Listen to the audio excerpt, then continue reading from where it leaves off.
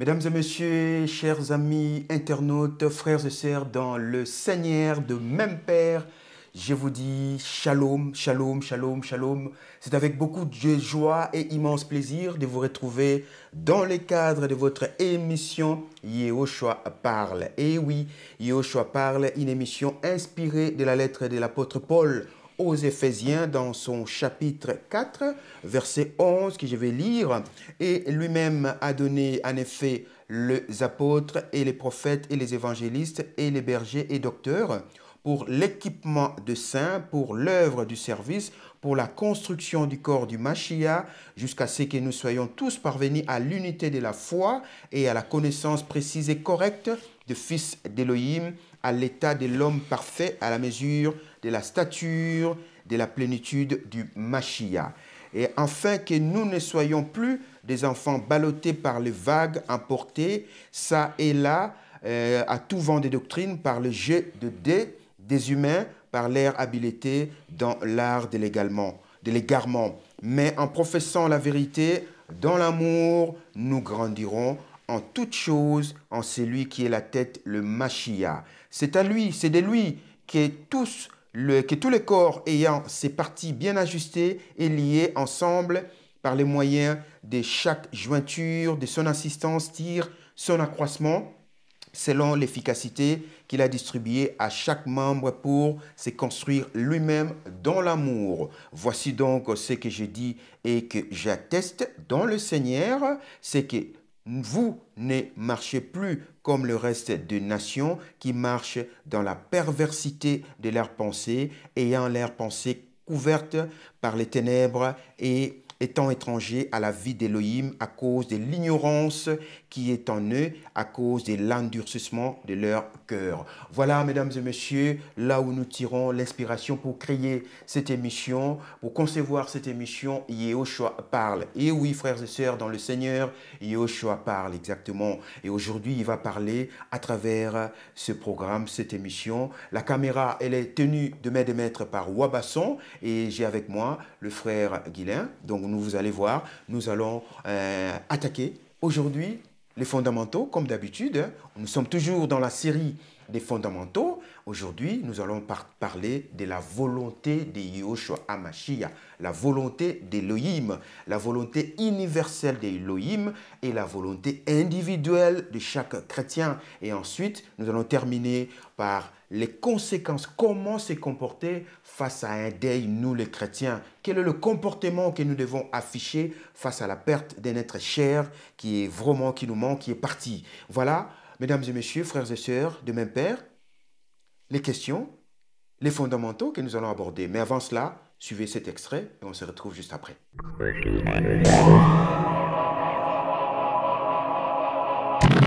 Voilà, merci de votre disponibilité. Bonjour frère Guilain. Bonjour mon frère Stella. Voilà, tout le plaisir donc est pour nous. Aujourd'hui, nous allons parler de la volonté universelle de Yehoshua HaMashiach et de la volonté individuelle pour chaque chrétien. Ensuite, par rapport au décès, comment nous devons nous comporter. Alors, avant d'attaquer, avant de commencer, est-ce que vous avez un petit message à adresser aux différents internautes et aux hommes, aux enfants de Dieu, les créatures de Dieu? Je bénis beaucoup le Seigneur pour ce moment merveilleux qui nous accorde d'être devant sa face. Aujourd'hui, nous sommes le 5 juillet 2024. Et beaucoup de gens ont voulu se réveiller aujourd'hui, n'ont pas pu se réveiller. Beaucoup de gens avaient des projets, mais n'ont pas pu les réaliser. Nous qui sommes à vie, nous ne sommes pas meilleurs plus que les autres. C'est le Seigneur qui nous a gardés, nous a donné le souffle de vie, l'avons santé. C'est pour cela nous devons toujours les louer, les glorifier, les célébrer. Toi qui n'es pas encore venu au Seigneur, à Yehoshua Mashiach, je t'invite de venir vraiment de l'accepter comme ton Seigneur et Sauveur, celui qui donne la vie, celui qui donne la force, le souffle de vie. Et il a dit dans Matthieu 11, 28, vous tous qui êtes fatigués, chargés, venez à moi, je vous donnerai du repos. C'est lui, celle qui donne le repos. Nous attendons l'avènement de Yehoshua, Yehoshua est en train de revenir. Donc soyons prêts. C'est ça le message que je voulais en fait donner à nous tous, enfants d'Élohim, de pouvoir comprendre cela, de pouvoir mettre toutes les paroles que le Seigneur nous a dit en pratique. Que Yoshua vraiment soit béni. Voilà. Éternel Dieu Tout-Puissant, on te dit merci pour cette disponibilité de partager votre parole. Donc voilà, parce que vous êtes vous-même la parole. Au commencement était la parole et la parole s'est fait chair et cette parole est habitée en nous. Et la parole, elle est puissante, vous êtes vous-même. Donc grâce à vous, nous allons partager avec des frères et sœurs sur les fondamentaux. Et c'est parti d'un constat amer, ce qui s'est passé actuellement dans le monde chrétien. Mais bon voilà, Dieu a inspiré qu'on puisse vraiment partager. Aujourd'hui, nous avons la volonté universelle de Yahushua HaMashiach, d'Elohim. C'est quoi la volonté universelle d'Elohim, de Yahushua HaMashiach? La volonté d'Elohim est que tout le monde prospère à tous égards. Donc que chacun de nous soit en bonne santé, que chacun de nous soit en repos. C'est pour cela que quand il a créé le ciel et la terre, il a dit il n'est pas bon que l'homme soit seul. Donc la volonté universelle de Yoshua, quand il a créé le ciel et la terre, il a dit non, je vais créer aussi l'homme. C'est pour cela qu'il a créé l'homme. Si je peux prendre un verset. Mais oui, tout à fait, c'est sa parole, hein, c'est Yoshua parle. Dans Genèse 1, verset 7, là-bas, la Bible dit Elohim, il créa l'être humain à son image, il créa à l'image d'Elohim, il les a créés mâles et femelles. On voit la volonté universelle de Yoshua, de Elohim, il a créé l'homme à son image. Il n'a pas créé les anges à son image, mais l'homme, un être humain, il a créé un être humain à son image. D'accord. Et si nous descendons au verset 28, il dit Elohim les bénit, il les a bénis. Et Elohim les a bénis, Elohim leur dit portez des fruits, multipliez-vous, remplissez la terre et assujettissez-la, dominez sur le poisson de la mer. Donc quand, en fait, Elohim a créé l'homme et la femme, il leur a dit de dominer sur le poisson, de dominer sur les oiseaux, des cieux et sur tout vivant qui rampe sur la terre. Ça, c'est vraiment la volonté du Seigneur. Qu'un être humain soit vraiment en repos, qu'il puisse dominer, qu'il ne puisse pas avoir beaucoup de soucis, qu'il puisse pas avoir beaucoup de pensées. C'est ça vraiment le souhait d'Elohim. D'accord. Donc dans l'Ancienne Alliance, comme vous venez d'évoquer ces passages bibliques, la volonté d'Elohim est que l'homme vive éternellement. Qu'il n'y a pas de soucis, pas de santé, pas de maladie, rien du tout. Et il nous a créés à son image et il nous a dit de se multiplier. Donc voilà, donc ça c'est la volonté universelle. Donc ça ne dépend ni de X, Y, mais pour toute sa créature. Donc nous voyons ici, frères et sœurs, mesdames et messieurs, la volonté universelle de Yoshua dans l'Ancienne Alliance, déjà, qu'il a créé tout le monde à son image et que nous vivons éternellement, ni maladie, ni paix, et que nous puissions, ni autre chose, et que nous puissions dominer, pas dominer sur ton semblable, mais sur les animaux. Et voilà, ça c'est la volonté universelle. Mais maintenant, dans la nouvelle alliance, est-ce que nous pouvons également voir des passages bibliques où on nous montre la volonté universelle d'Elohim? Oui, d'abord, quand Elohim a créé l'homme, l'homme a péché. La volonté d'Elohim, la volonté universelle d'Elohim était que l'homme soit en paix, mais l'homme avait péché. Oui, d'accord. Et si nous lisons même dans Romains 5,12, la Bible dit par un seul homme, le péché est entré dans le monde. Donc, Elohim n'avait pas créé l'homme pour qu'il pêche. Elohim avait créé l'homme pour qu'il reste en bonne santé, qu'il ne soit pas ballotté dans tous les sens. Oui, ça on l'a vu ici. Donc, Genèse 1, 27, 28, on l'a vu, ça c'est la volonté. Mais dans la nouvelle alliance, est-ce que nous avons aussi des passages qui nous montrent la volonté universelle? Nous avons la volonté, comme je dis dans Romains 5, 12, dans Romains 8. Dans Romains 5, 8, il dit quand nous étions encore pécheurs, Christ est mort pour nous. Et nous pouvons prendre là où lui-même a dit, dans Jean 6, là-bas, 40. D'accord. Si on peut le prendre. Ouais, Jean 6, 40, d'accord. Ouais. Ça, c'est un passage, c'est l'un des passages qui montre la volonté universelle d'Elohim. Voilà, donc Jean 6, 40. Oui, je suis dedans. La Bible dit, on peut commencer même au verset 39. D'accord.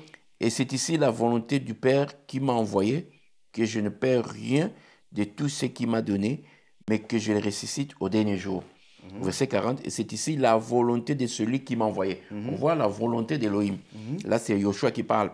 La volonté de celui qui m'a envoyé, que quiconque pose son regard sur le Fils et croit en lui et la vie éternelle, à moi, je le resterai au dernier jour. Donc, la volonté d'Élohim est que l'homme croit en lui pour qu'au dernier jour, qu'il soit ressuscité. Et qu'il ait la vie éternelle, en fait. Voilà. Et ici, il nous dit... quiconque pose son regard sur le Fils. Donc, on va poser nos regards sur Christ.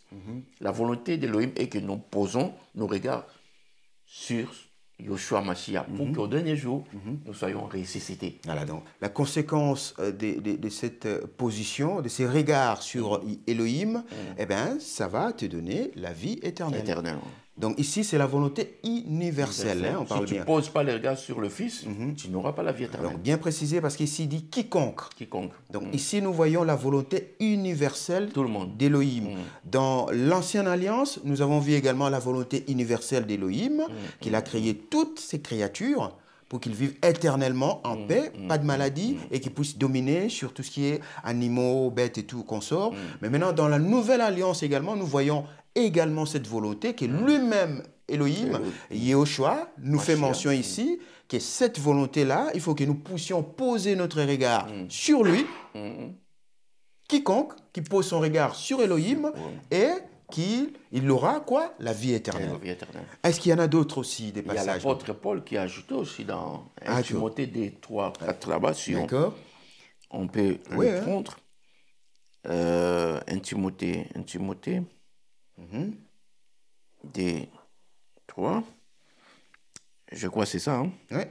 Car cela est bon et agréable devant Elohim notre Sauveur, qui fait que tous les humains soient sauvés et qui viennent à la connaissance précise et correcte de la vie. Amen. Car cela est bon, agréable devant Elohim notre Sauveur. Amen. Que tous les humains soient sauvés. Donc on voit l'apôtre Paul marteler là-dessus que Elohim veut que tout le monde soit sauvé.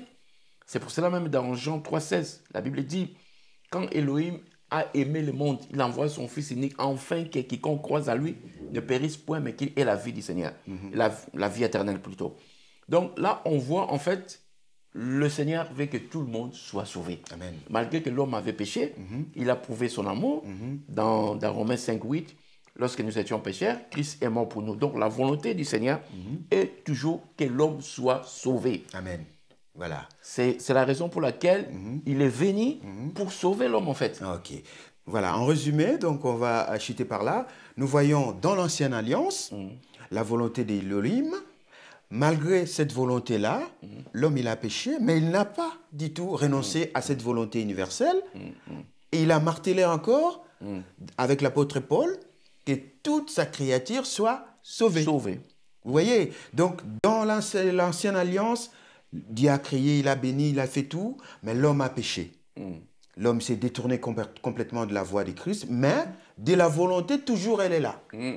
Donc, il est venu et il a récupéré, comme quoi il veut toujours, il tient toujours à sa créature ou à ses créatures pour qu'il soit sauvé. Donc, nous voyons la volonté universelle ici, encore une fois, l'apôtre Paul a martelé.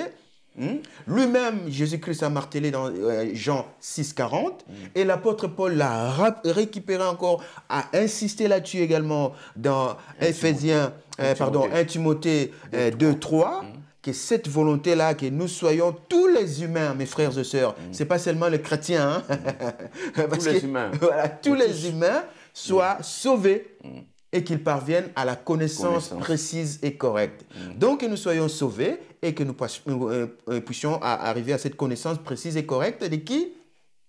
D'Elohim.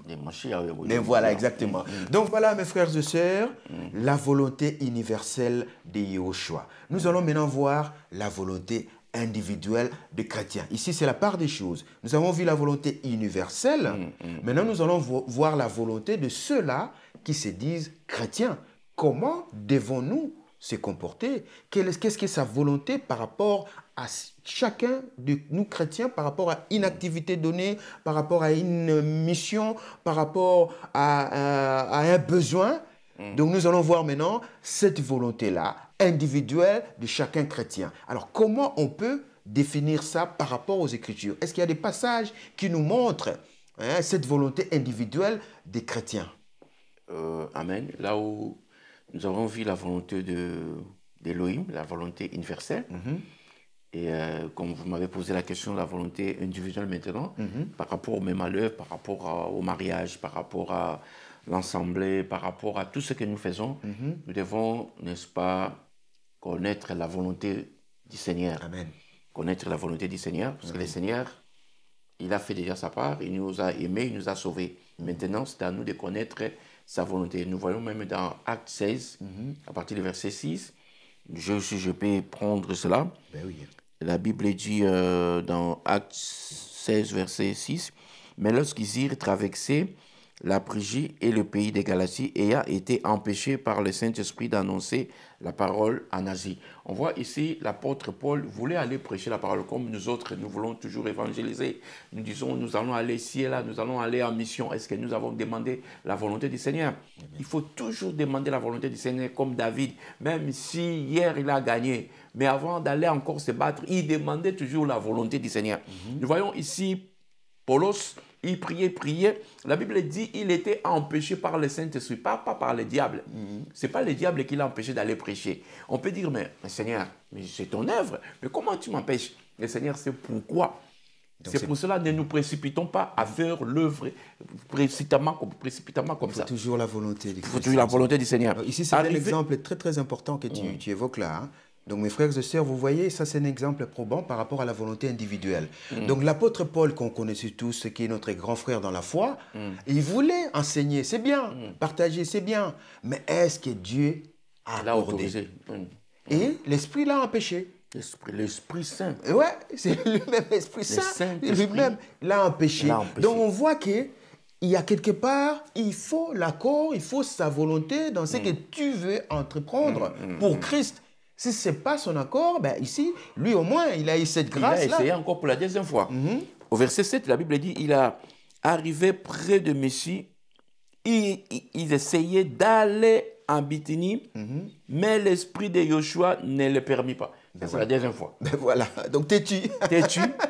Comme donc, les chrétiens aujourd'hui. Zélé, je vais aller ici là comme les jeunes aujourd'hui. On va aller, on va bouger, on va bombarder. Oui, tu vas aller bombarder, tu vas bouger. Mais est-ce que c'est la volonté du Seigneur? Ah ben voilà. Ouais, voilà. Est-ce que le Seigneur qui t'a envoyé, si le Seigneur n'est pas avec toi, tu seras foudroyé. Exactement. Tu seras frappé par l'ennemi. Ouais. Un petit témoignage vite fait. Donc moi, j'ai fait un petit témoignage vite fait des frères et sœurs en Afrique du Sud.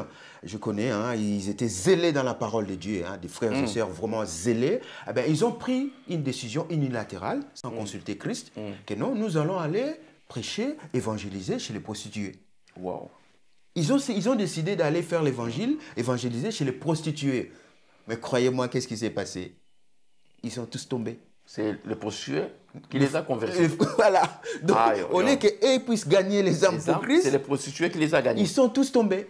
Donc, sans l'accord, sans la volonté de Joshua, tu vas aller entreprendre quelque chose, Dieu n'est pas dedans, ben, tu vas tomber. Écoutez maintenant la volonté du Seigneur. Amen. Mais ayant passé la Mysie, ils descendirent à Troas, et une vision apparut à Apollos pendant la nuit. C'était un homme macédonien qui s'était né là, le suppliant en disant, passe en Macédoine et secours-nous. Donc on voit que l'apôtre Paul avait l'écoute du Seigneur. Parce que quand il a eu la vision là, tout ça, directement il a compris que ça c'est le Seigneur. Beaucoup de gens, même si le Seigneur leur parle, ils ne comprennent pas, ils ne veulent pas. Ils veulent seulement faire ce qu'eux ils veulent. Or, ce n'est pas comme ça. Nous devons, n'est-ce pas, faire la volonté du Seigneur pour que nous voyons le succès. Le succès vient parce que Joshua est derrière la parole. Il est derrière sa parole pour l'accomplir. Si nous voulons faire ce que nous voulons, nous allons faire d'ici place, nous allons stagner, nous allons rien faire. Très bien. Donc ici, vraiment, il faut faire la volonté en tant que chrétien, demander toujours dans tout ce qu'on va entreprendre pour le mariage, pour le boulot, pour même le ministère, même l'évangélisation, il faut toujours demander. Même dans les églises. Exactement, il faut toujours demander. Pour payer même la salle, ça devient difficile parce que le Seigneur n'est pas là. Oui, parce que tu t'es improvisé, tu as mal compris le langage de Dieu. Dieu te voit comme un diacre, mais toi tu vas dans le pastoral, tu crées une église, une assemblée, et là tu as des difficultés énormes dans ce que tu as créé parce que Dieu n'est pas dedans. Donc, vous avez des difficultés maintenant pour payer une salle, ça devient faire des cotisations de gauche à droite. Donc, moi, je connais même un petit témoignage vite fait des serviteurs de Dieu dans la ville de Rotterdam qui faisaient, il y avait des difficultés pour payer la salle, hein, 2000 € de retard de loyer. Eh ben lui, qu'est-ce qu'il a fait? Il a pris 4 personnes, toi. Eh ben vous allez cotiser 500 pour payer. Est-ce que c'est vraiment la volonté de Dieu dans ça? Donc voilà, mes frères et sœurs, il y a une part des choses à comprendre. Quelle est la volonté de Dieu dans tout ce que nous entreprenons? Un enfant de Dieu, un disciple de Dieu doit, avant quoi que ce soit, demander la volonté de Dieu dans ce que tu vas faire. Mission pastorale, évangélisation, mariage, boulot, tout ce que tu vas entreprendre, comme il a dit, que ta volonté soit faite dans la prière. Pour le mariage, je vais te marier. Un homme d'Élohim sort de nulle part, il vient prophétiser sur toi, voilà ta femme, tu vas te marier avec elle. Et toi, tu n'as pas écouté le Seigneur. Toi, mais le Seigneur t'a rien dit, tu n'as pas parlé personnellement, tu vas te marier avec elle. Et quand la pluie va tomber, quand les problèmes vont venir, tu vas te fonder sur quoi? Parce que le Seigneur t'a rien dit. Et tu ne vas pas divorcer parce que nous, les chrétiens, on ne divorce pas. Voilà. On ne divorce pas. Donc, il faut... Là, nous parlons sur la volonté. On parlait sur la volonté universelle d'Élohim. Maintenant, la volonté individuelle de nous-mêmes. Chrétiens, oui. Chrétiens. Il y a un disciple. Donc, là, on parlera même de disciple. Oui, entre disciple et chrétien, oui. Un chrétien, un disciple, tout ça. Oui. Donc, on voit ici, nous, chrétiens, ne basons pas seulement sur le zèle. Oh, je vais aller ici, là. Non, frère. Demandons la volonté du Seigneur. Amen. Dans toutes les choses. Quand tu veux faire une œuvre, quand tu veux faire le ministère, les services, quand tu veux aller évangéliser, c'est bien, comme nous avons vu l'apôtre Paul. Quand tu veux faire quoi que ce soit, il faut toujours demander la volonté du Seigneur. Soyons comme David. David, même si aujourd'hui il gagnait, mais pour aller demain, il demandait toujours la volonté du Seigneur. Il disait au Seigneur, oui, Éternel, hier j'ai bâti les gens là. Aujourd'hui, il va faire comment? Là, le Seigneur lui dit, hier, c'était tu les avais attaqués par devant, mais demain, tu vas les attaquer en arrière. Donc, on voit même Balaam dans Nombre 22 et 23 là-bas. On voit, il n'a pas compris la volonté du Seigneur. Ouais, il voulait faire sa propre volonté. Il a été loué par Balak pour aller maudire le peuple d'Israël. Il a dit non. Tu ne maudiras pas mon peuple. Tu ne maudiras pas. Et il dit à Balak, je le vois du haut du rocher. C'est un peuple qui est mis à part. C'est un peuple, moi j'aime dire, c'est un peuple qui a ses origines à part. Donc, ce sont des gens que tu ne peux pas maudire. Le Seigneur lui dit ça, mais il continue jusqu'à ce que son ânesse a parlé. Oui. Si c'était moi, peut-être j'aurais dit, mais comment mon ânesse la parle? Oui, il a frappé son ânesse, oui. Comment un animal peut parler à la voix d'un humain? Ouais. Donc ça montre que Dieu n'est pas dedans dans ce que vous voulez faire. Il faut toujours demander la volonté de Dieu du Seigneur. En tout et pour tout. Un enfant de Dieu, un disciple de Yahushua HaMashiach s'abandonne complètement en Christ dans tout et pour tout. Parce que c'est lui-même notre Père. Il nous a créés à son image, comme nous avons vu la volonté universelle. Maintenant, quant à la volonté individuelle, eh bien, lui aussi, quand il sera dedans, ça va couler à flot, à merveille. Tu ne vas même pas forcer. Voilà.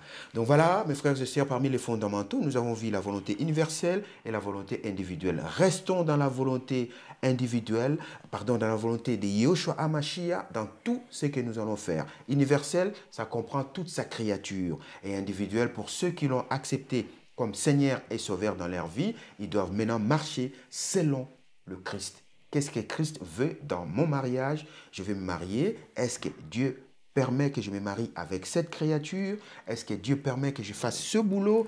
Est-ce que Dieu permet que j'aille évangéliser? Est-ce que Dieu permet que je puisse être pasteur? Voilà, ça c'est la volonté que nous devons tous demander. Évitons de faire les choses unilatéralement sans consulter Dieu. Et c'est pourquoi il y a beaucoup d'échecs aujourd'hui. Nous voyons même dans le ministère, même dans les assemblées, ça ne marche pas.